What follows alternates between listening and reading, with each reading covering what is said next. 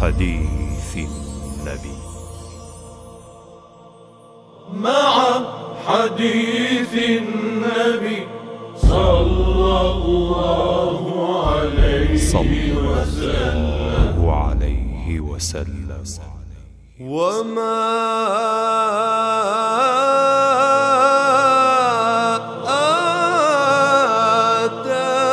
آتاكم الرسول فخذوه وما نهاكم عنه فانتهوا واتقوا الله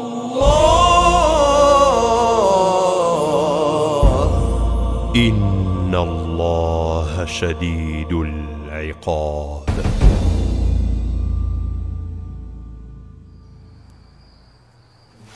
بسم الله.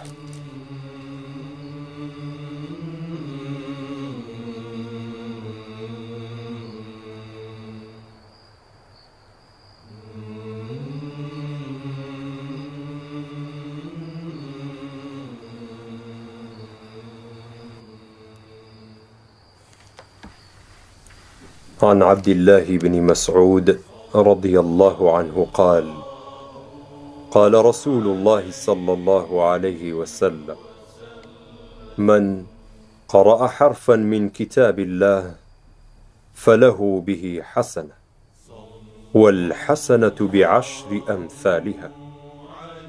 لا أقول ألف لام ميم حرف، ولكن ألف حرف ولام حرف وميم حرف. رواه الترمذي. لعبد الله كري مسعود رضي الله عنه دفرمي رسول الله صلى الله عليه وسلم فرميتي: هر کسێک پیتێک لە کتێبەکەی الله سبحانه وتعالى بخوێنێتەوە، ئەوە چاکەیەکی بۆ دەنووسرێ، و هەر چاکەیەکیش بەدە چاکەیە. و من ناڵێم ئەلیف لام میم بە تەنها پیتێکە، بەڵکو ئەلیف پیتێکە و وەلام پیتێکە و میمیش پیتێکە. بەڵێ، عەبدوڵڵای کوڕی مەسعود رضی الله عنه دەفەرمێ: ئەو کەسەی قورئان دەخوێنێتەوە و مەبەست پێی تەنها ڕەزامەندی ئەڵڵایە سبحانه وتعالى، ئەوە بۆ هەموو پیتێک دە چاکەی پێدەگات و دە خراپەشی لێدەسڕێتەوە.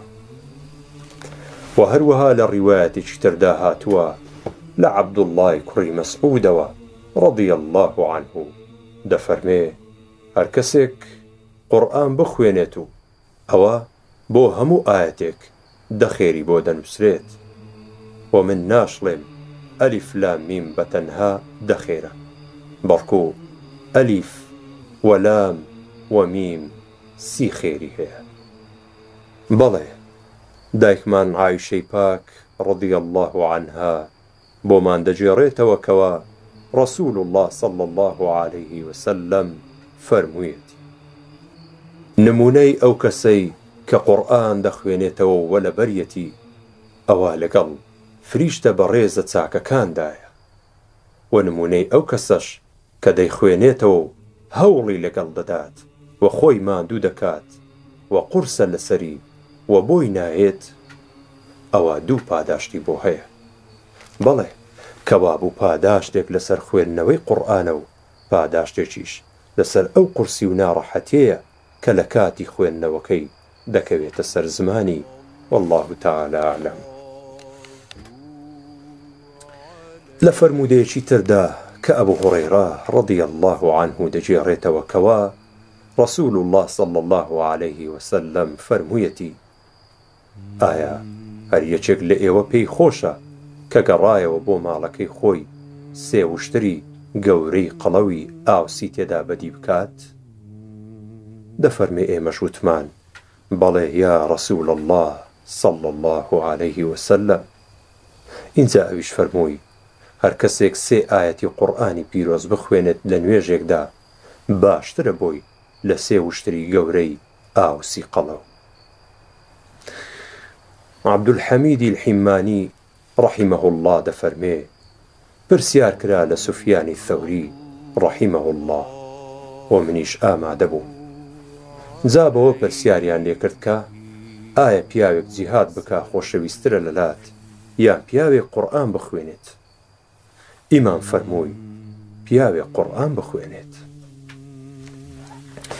هەروەها لە فەرموودەیەکی تر کە ئەبوو موسای ئەشعەری ڕەضی الله عنه دەجێڕێتەوە کەوا ڕەسوول الله صلى الله عليه وسلم فەرموویەتی نمونەی ئەو بڕوادارەی کە قورئان دەخوێنێتەوە وەک نارنج وایە کە هەم بۆنی خۆشە هەم تامیشی خۆشە، و نمونەی ئەو بڕوادارەی کە قورئان ناخوێنێتەوە وەک خورما وایە هەرچەندە بۆنی نییە بەڵام تامی خۆشە، و نمونەی ئەو دووڕوەی کە قورئان دەخوێنێتەوە وەک ڕەیحانە وایە هەرچەندە بۆنی خۆشە بەڵام تامی تاڵ و ناخۆشە، و نمونەی ئەو دووڕوەی کە قورئان ناخوێنێتەوە وەک گوژاڵک وایە کە هەم بۆنی ناخۆشە و هەم تامیشی تاڵ و ناخۆشە. هەڵبەتە خوێنەران و هەڵگرانی قورئان ئەوانن کە ئەڵڵاه سوبحانەه وتەعالا ڕێزی لێگرتوون، وەک ڕەسوول الله صلى الله عليه وسلم دەفەرمێ لە بەرزی و شکۆمەندی ئەڵڵایە سوبحانەه وتەعالا کە ڕێزگرتنیەتی لە مسڵمانی پیر و بەساڵاچوو و ڕێزگرتنیەتی لە هەڵگری قورئان، ئەو هەڵگرەی کە زیادەڕەوی و کەم تەرخەمی نەکرد بێت سەبارەت بە قورئانەکەی. بەڵێ قورئان هۆی سەربەرزی و شکۆمەندیە لە دونیا و لە دوا ڕۆژدا، هەروەک ڕەسوول الله صلى الله عليه وسلم دەفەرمێ کە ئەڵڵاه سوبحانەه وتەعالا بەهۆی ئەم کتێبەوە واتە بەهۆی ئەم قورئانەوە خەڵکانێک بەرز دەکاتەوە و خەڵکانێکیشی پێ نزم دەکاتەوە. هەڵبەتە باوەڕ پێهێنەران و خوێنەران و کارپێکەرانی پێبەرز دەکاتەوە و دژایەتیکەران و پشت لێ هەڵکەرانیشی نزم دەکاتەوە. هەروەها لە گەورەی ئەم قورئانەیە کە لە کاتی خوێندنەوەیدا ئارامی و سەکینەتدا دەبەزێ، هەروەک ڕەسوول الله صلى الله عليه وسلم دەفەرمێ ئەو سەکینەتە بەهۆی قورئان خوێندنەوە دابەزی. بەڵێ ئەبا ذەڕ ڕەضی الله عنه دەفەرمێ وتم بە ڕەسوول الله صلى الله عليه وسلم یا ڕەسوول الله صلى الله عليه وسلم ئامۆژگاریم بکە. ئەویش فەرمووی تەقوای ئەڵڵات هەبێ و دەستی پێوە بگرە چونکە ئەوە سەری هەموو کارێکە. جاوتم ئامۆژگاری زیاترم بکە. ئینجاویش فەرمووی بەردەوام بە لەسەر خوێندنی قورئان چونکە ئەوە دەبێتە نور و ڕووناچی بۆت لە زەویدا و دەبێتە توێشوو بۆت لە ئاسماندا. و هەروەها ڕەسوول الله صلى الله عليه وسلم دەفەرمێ فەزل و گەورەیی کەلامی ئەڵڵاه سوبحانەه وتەعالا بەسەر تەواوی کەلامەکانی تر هەروەکو فەزل و گەورەی ئەڵڵایە سوبحانەه وتەعالا بەسەر تەواوی مەخلوقاتەکانی. اینجا عەبدوڵڵای کوڕی عەباس ڕەضی الله عنهما دەفەرمێ ئەڵڵاه سوبحانەه وتەعالا مسۆگەری کردووە بۆ ئەو کەسەی کە شوێن کەوتەی قورئانە ئەوە لە دونیادا کە گومڕا نابێت و لە دوا ڕۆژیشدا خەسارەت من نابێ. و دواتر ئەم ئایەتەی خوێندەوە کە ئەڵڵاه سوبحانەه وتەعالا دەفەرمێ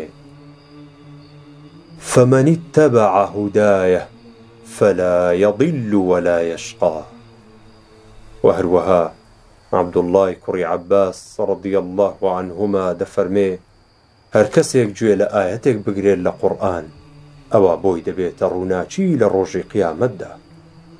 بەڵێ هەر لەبەر ئەو هەموو گەورەی و فەزلەیە کەوا عومەری کوڕی خەتاب ڕەضی الله عنه قورئان خوێنانی بە گەورە دادەنا و خۆشی دەویستن و هەروەها مشاوەرەی پێدەکردن، هەروەک عەبدوڵڵای کوڕی عەباس ڕەضی الله عنهما دەفەرمێ قورئان خوێنەکان هاوڵانی مەجلیسی عومەری کوڕی خەتاب بوون ڕەضی الله عنه و مشاوەرەی پێدەکردن جا پیر بوونایەیان گەنج. و هەروەها رسول الله صلى الله عليه وسلم دەفەرمێ قورئان بخوێنن چونکە لە ڕۆژی دواییدا شەفاعەت دەکات بۆ خاوەنەکەی. بەڵێ جا هەر لە بەرگەورەیی ئەو قورئانەیە کەوا پلەی بەهەشتیەکان بەرز دەکاتەوە، هەروەک لە عەبدوڵڵای کوڕی عەمر ڕەضی الله عنه بۆمان دەجێڕێتەوە کەوا رسول الله صلى الله عليه وسلم فەرموویەتی بە هاوڵ و دۆستی قورئان دەوترێ قورئان بخوێنەرەوە و بەرز بەرەوە و بە لەسەرخۆیی و بە جوانی بیخوێنەرەوە هەروەک چۆن لە دونیادا دەتخوێندەوە. جا بەڕاستی شوێنی تۆ لەگەڵ تەواوبوونی کۆتا ئایەتدایە کە دەیخوێنیتەوە.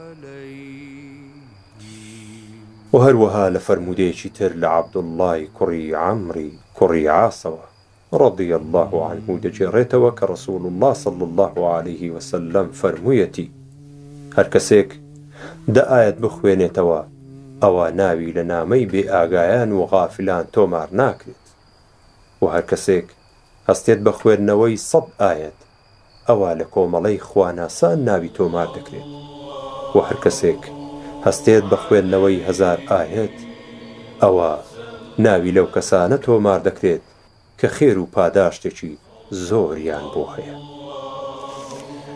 جا دەربارەی ئەم فەرموودە پیرۆزە بەشێک لە زانایان فەرموویانە فەزلی خوێندنی ئەو ژمارە ئایەتانە کە باسکران مەبەست پێی خوێندنیانە لە شەو نوێژدا نەک لە دەرەوەی نوێژدا، والله تعالى أعلم.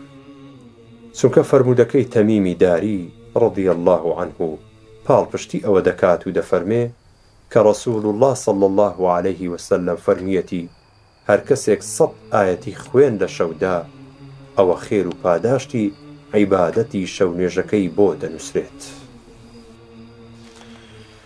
لە کۆتاییدا الله سبحانه وتعالى دەفەرمێ إن الذين يتلون كتاب الله وأقاموا الصلاة وأنفقوا مما رزقناهم سرا وعلانية يرجون تجارة لن تبور.